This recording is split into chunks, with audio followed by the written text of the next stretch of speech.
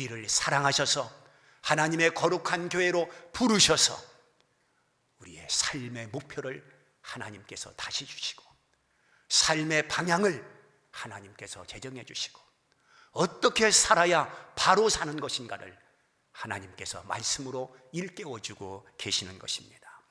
그것이 바로 열매 있는 삶이라 오늘 말씀하고 있습니다. 그러면 열매란 무엇인가? 열매라고 하는 것은 다른 것이 아니라 약속의 말씀을 믿고 성경 말씀을 중심으로 사는 삶의 결과를 열매라 이렇게 말할 수 있는 것입니다. 우리 하나님께서는 내면적인 열매를 중시하시고 다른 어떤 열매보다도 내면적인 열매를 주님께서는 보고 싶어 하십니다. 내면적인 열매가 무엇입니까? 이것을 인격적인 열매라고도 말할 수 있고 혹은 성품의 열매라고도 말할 수 있습니다.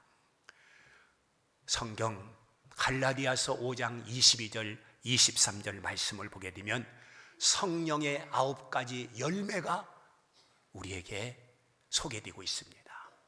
오직 성령의 열매는 사랑과 희락과 화평과 오래 참음과 자비와 양성과 그리고 충성과 온유와 절제라고 했습니다. 오늘 기도에도 성령의 9가지 열매가 소개된 것을 보았습니다.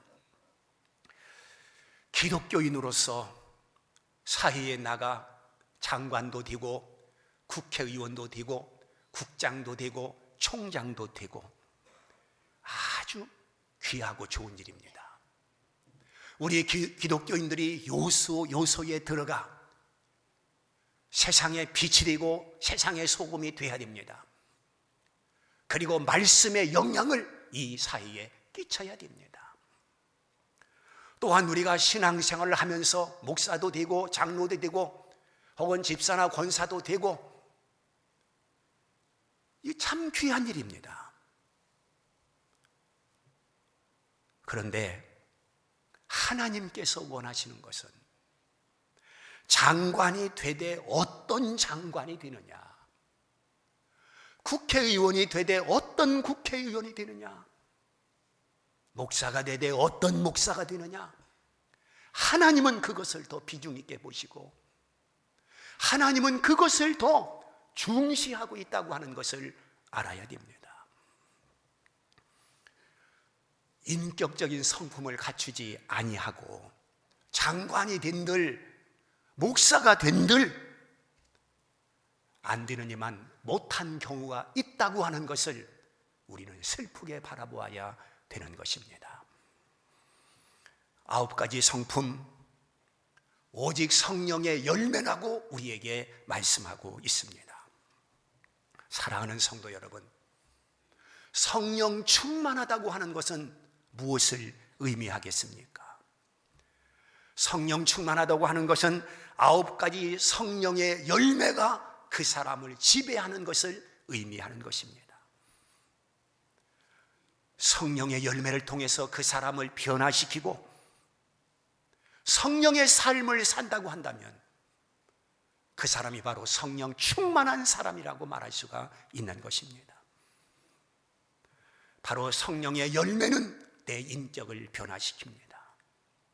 성령의 열매는 내 삶을 변화시켜 나를 변화된 새로운 사람으로 만들어 놓는 것입니다.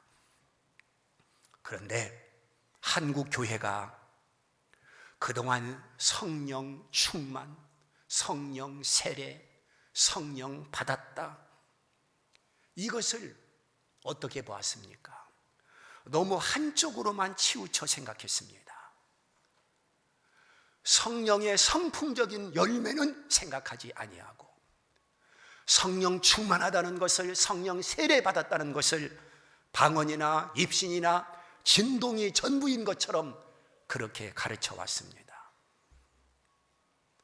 그래서 믿기는 믿어도 기도는 해도 전혀 인격적인 변화가 일어나지 아니하고 성품적인 변화가 일어나지 아니하고 그냥 옛사람 그대로 사는 사람들이 얼마나 많습니까? 주님께서 세상에서 우리를 부를 때에, 옛사람을 교회로 부를 때에 새 사람으로 살기를 하나님께서는 원하셨지만 우리에게 변화가 일어나지 않고 있는 이런 안타까운 내 자신을 보게 되는 것입니다. 성령의 9가지 열매, 그 가운데서 다만 한 가지라도 나를 통해서 열매가 드러나야 되는 것입니다. 우리가 9가지 열매를 다 맺으면 좋겠지만은 그 9가지 열매는 우리가 다 맺지 못한다 할지라도 다만 한 개라도 열매를 맺어 살아야 되는 것입니다. 나와 다른 사람들과의 관계 속에서 구체적으로 성령의 열매가 맺어져야 되는 것입니다. 예수 믿는 사람들은 미움과 증오와 복수가 아니라 사랑의 열매를 맺어야 합니다. 다툼과 갈등과 분노가 아니라 화평의 열매를 맺어야 됩니다. 독선과 아집과 굴림과 무시가 아니라 예수 믿는 사람은 온유의 열매를 맺어야 합니다. 사람의 기질은 바뀌어지지 않는다고 그럽니다. 기질은 본래 타고난 것이라고 그럽니다. 그러나 성격은 얼마든지 환경의 영향을 받아 바뀌어질 수 있는 것입니다. 성령께서 나를 이끄신다면, 성령에 사로잡혀 산다고 한다면 성령의 사람으로서 옛사람이 죽고 새사람이 분명히 사는 것입니다. 오늘 우리는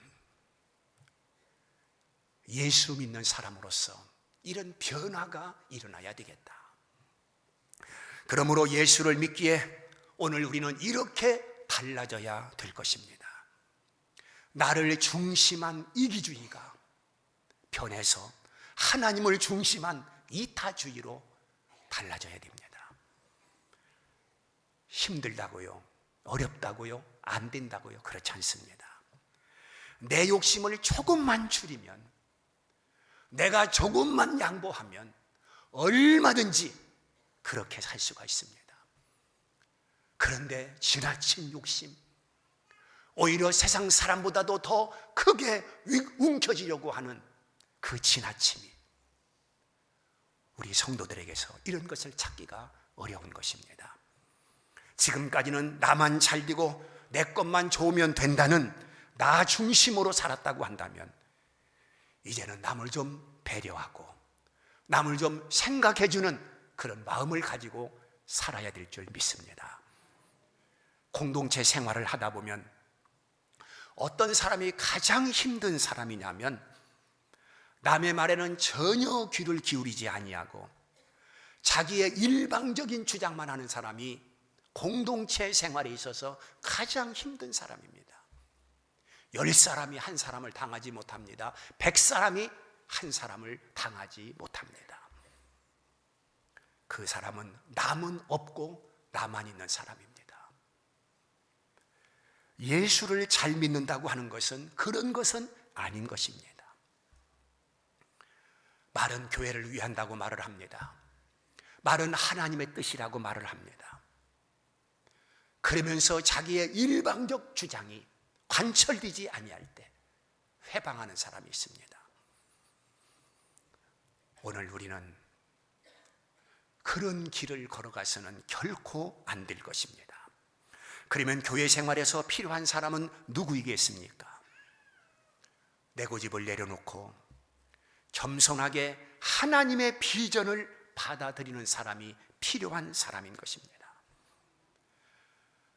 우리 하나님께서는 초대교회를 통해서 교회는 반드시 성장돼야 된다고 하는 것을 우리에게 보여주면서 그것이 바로 살아있는 교회요, 세상에 빛이 되는 교회라고 하는 것을 사도행전 교회를 통해서 우리들에게 보여주고 있습니다. 그러므로 하나님의 성장 비전과 교회의 꿈을 이루는데 나를 의식해서는 안 되는 것입니다. 나를 의식한다는 것이 무슨 뜻이겠습니까? 내게 유익하냐 아니면 내게 손해냐, 이것을 생각한다고 한다면 이건 잘못 생각하는 것입니다. 하나님의 비전을 이루는 일이라고 한다면 나를 생각하는 것이 아니라 오직 하나님을 바라보고 우리는 거기에 수종들고 거기에 수고하고 거기에 섬길 그런 책임만 있지, 내 마음에 안 들고 내게 유익이 없다고 해서 그것을 해방하고 끌어내릴 책임은 내게 없다고 하는 것을 분명히 기억해야 될 것입니다. 또한 교회에서 어떠한 일을 하고자 할 때 체면상 내가 얼마를 해야 되는데 그래서 반대한다고 한다면 이건 가슴 아픈 일입니다. 교회가 한 발 한 발 앞으로 나가고 교회가 성장해 가는 데 있어서 오늘 모든 성도들이 믿음으로 찬동해야 될 줄 믿습니다. 정말로 하나님께서 기뻐하시는 일이라면, 하나님의 교회의 성장책이라고 한다면 우리 모두는 맞들어야 되는 것입니다. 사랑하는 성도 여러분, 하나님이 기뻐하시는 것을 나도 기뻐하고 하나님이 소중히 여기는 것을 나도 소중히 여기는 사람이 되어야 됩니다. 하나님이 싫어하는 것이라고 한다면 내가 아무리 좋아도 그것을 가지려고 욕심내서는 안 되는 것입니다. 이게 성도의 길입니다. 그러면 구체적으로 본문 말씀을 통해서 첫째, 어떻게 하면 인격의 열매를 맺을 수가 있는가? 4절 말씀을 보면 가지가 포도나무에 붙어있지 아니하면 스스로 열매를 맺을 수 없음같이 너희도 내 안에 있지 아니하면 그러하리라, 이렇게 말씀하고 있습니다. 즉 인격의 열매를 맺으려면 예수 그리스도와 나와 확실한 관계를 가져야 된다고 하는 것을 4절에서 말씀하고 있는 것입니다. 즉 포도나무에 가지가 붙어 있어야 된다는 것입니다. 여기 포도나무는 예수님을 말합니다. 가지는 성도들을 말합니다. 포도나무에 가지가 붙어 있을 때 열매를 맺을 수 있다는 지극히 당연한 논리로 오늘 말씀을 하고 있는 것입니다. 그러면 오늘 우리가 예수님에게 붙어 있다고 하는 것은 어떤 의미겠습니까? 그것은 내가 주님의 것이 되고 주님의 사람이 되고 그래서 주님과 함께 하는 것을 말하고 있는 것입니다. 예수님이 나의 주인이 되는 것입니다. 주님의 모든 것을 내가 기뻐하고 주님의 십자가를 지는 것입니다. 그게 주님에게 붙어 있는 것입니다. 그리스도인을 무엇이라고 정의할 수 있겠습니까? 교회에 오는 사람, 세례받은 사람, 교회에서 직분받은 사람? 물론 그것도 한 이유는 될 수 있습니다.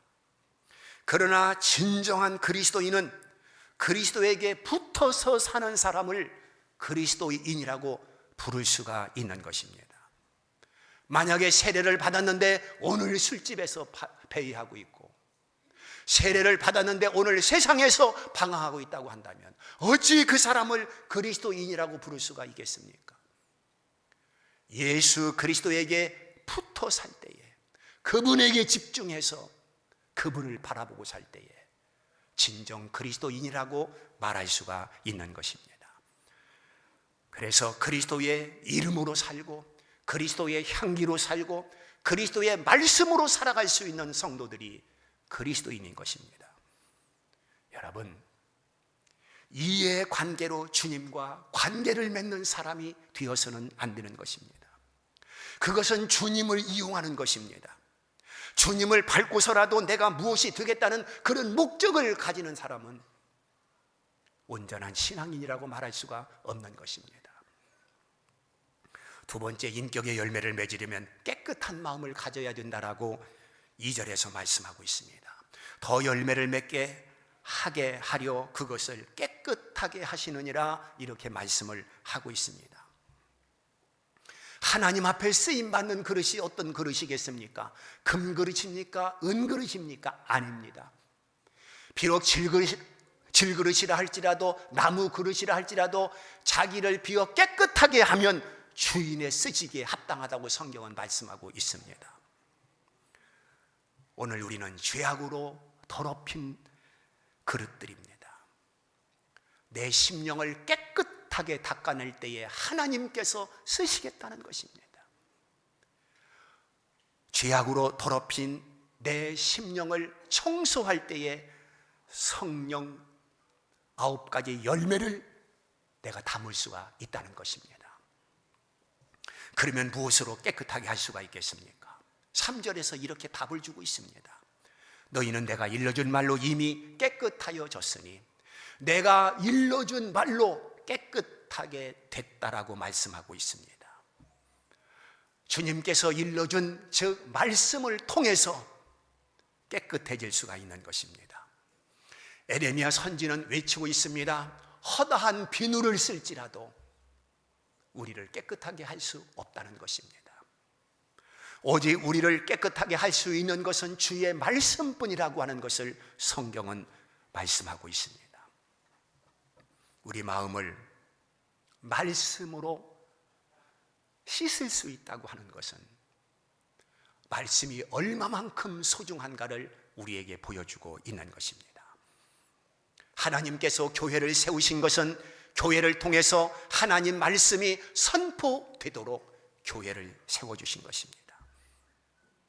그리고 성도들은 동서남북 원근 각지에서 하나님 말씀을 듣기 위해서 모이고, 그리고 그 말씀은 내 생명의 양식이고, 그 말씀은 내 길을 인도하는 길잡이고, 그 말씀은 나의 생활을 바르게 할 수 있는 하나의 생활 법칙이라고 하는 것을 깨닫게 되는 것입니다. 성도들이 그래서 말씀을 사랑해야 됩니다. 말씀을 사모해야, 그 말씀을 즐거워해야 우리가 살 수가 있는 것입니다. 그래야 말씀으로 나를 깨끗하게 하여 성품의 변화를 일으킬 수가 있기 때문에 그렇습니다. 오늘 성도들이 말씀과 상관없이 평생 교회를 다닌다고 한다면 아무런 영적인 반응이 우리를 통해서 일어날 수가 없는 것입니다. 성경은 말씀하고 있습니다. 하나님 말씀을 먹으라는 것입니다. 계시록에도 그렇게 말씀했고 선지서에도 그렇게 말씀하고 있습니다. 하나님 말씀을 먹어라. 우리가 말씀을 비판하고 말씀을 비토하는 것은 하나님 말씀을 먹지 않겠다는 거부 반응입니다. 이런 사람은 말씀으로 인격이 만들어질 수가 없는 것입니다. 말씀은 액세서리가 아닙니다. 말씀은 생명입니다. 진리입니다. 그러므로 그 말씀을 먹어야 되는 것입니다. 시편 기자는 말씀이 꿀송이처럼 달달하고 말씀하고 있습니다. 말씀을 긍정적으로 받아들일 때 그 하나님 말씀이 꿀송이처럼 달게 내 심령 안에 감동이 되고 은혜가 되는 것입니다. 세 번째, 인격의 열매를 맺으려면 주님을 사랑해야 된다라고 말씀을 하고 있습니다. 9절에 있는 말씀을 보게 되면 아버지께서 나를 사랑하신 것 같이 나도 너희를 사랑하였으니 나의 사랑 안에 거하라. 할렐루야. 나의 사랑 안에 거하라.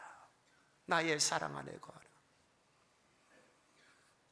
주님이 우리를 얼마나 사랑했습니까? 주님은 십자가에 피 흘리면서 우리를 사랑했고 죽기까지 우리를 사랑했다고 하는 것, 우리는 이 감격적인 사실을 내 가슴 속에 뜨겁게 확인해야 됩니다. 오늘 십자가의 사건을 그냥 피상적으로만 받아들이고 이 십자가의 사건을 하나의 옛날 얘기로 받아들인다면 오늘 우리는 하나님 앞에 부끄러운 존재들인 것입니다. 오늘 말씀하고 있습니다. 아버지께서 나를 사랑하신 것 같이 나도 너희를 사랑하였으니 그 다음에 내 사랑 안에 거하라고 말씀을 하고 있습니다.